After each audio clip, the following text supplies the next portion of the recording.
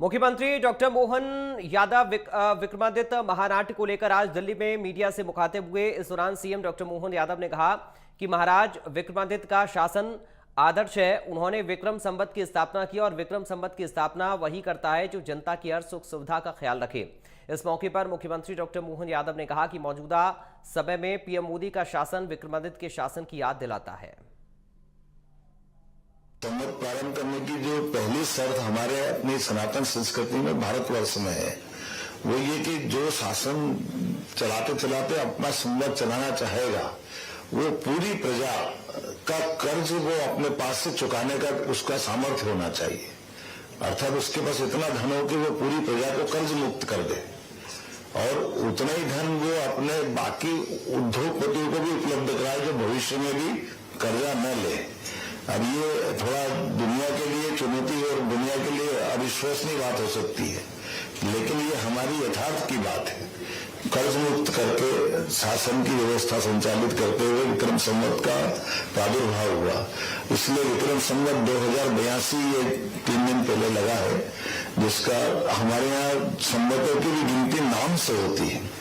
जो श्लोक में बोले जाते हैं अर्थात 2082 बोलना है तो 60 प्रकार के संवत, जैसे ये संवत का नाम सिद्धार्थ है, इसको 2082 बोलने की जरूरत नहीं। केवल श्लोक में पंडित जी जब श्लोक कराएंगे तो वो मासे तनुमासे पुण्य पवित्र मासे ऐसे करते करते जब संवत की बात जाएगा विक्रम संवत्सरे तो सिद्धार्थ नाम संवत्सरे अर्थात 2082 को बोल गए।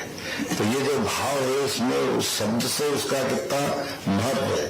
लेकिन आदि विक्रमादित्य तो एक ही है और उनकी राजधानी उज्जैनी थी, ये हम सब जानते हैं। तो जब ये विक्रमादित्य के अभी यशस्वी प्रधानमंत्री का शासन हमको कई मामलों में सुशासन की तरफ जाता दिखाई दे रहा है, तो ऐसे में हमारी विरासत में ऐसे आदर्श उदार राजा, वीर राजा, सभी प्रकार के कुशल प्रबंधन वाले राजा, जनहितैषी जन कल्याणकारी योजना वाले शासन की कल्पना करते हैं। और एक महत्व की बात, विक्रमादित्य के काल में भी उनने अपने आप को जीते जी कभी राजा कहलाना पसंद नहीं किया।